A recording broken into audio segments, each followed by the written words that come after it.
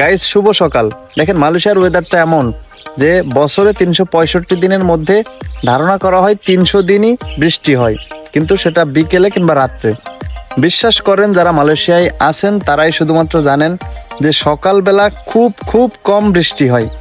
এই যে দেখেন এখন এই মুহূর্তে 95% বৃষ্টির সম্ভাবনা, তারপরেও বৃষ্টি নাই। তবে এই দেশের মৌসুম অনুযায়ী এই ডিসেম্বর, জানুয়ারি, ফেব্রুয়ারি এটা হলো বৃষ্টির মৌসুম। তবুও এই বছরে তুলনামূলক অনেক অনেক কম বৃষ্টি হয়েছে। এই ধরেন জানুয়ারি মাসে দেখেন পুরো মাস ভর বৃষ্টি হয়নি, মানে আশেপাশের ঘাসগুলাও হলুদ হয়ে গেছে। দেখছেন আশেপাশের ঘাসগুলাও একদম হলুদ হয়ে গেছিল। এই যে গতকালকে থেকে আবার একটু বৃষ্টি হচ্ছে, এমনকি আজকে আপনারা স্ক্রিনে দেখতে পারতেছেন 95% বৃষ্টির সম্ভাবনা, তারপরেও সকালবেলা বৃষ্টি নাই। তো এটাই হলো মালয়েশিয়ার ওয়েদার। আসলে মালয়েশিয়াতে দিনের বেলায় বৃষ্টি হয় হাতে গোনা মাত্র কয়েকদিন,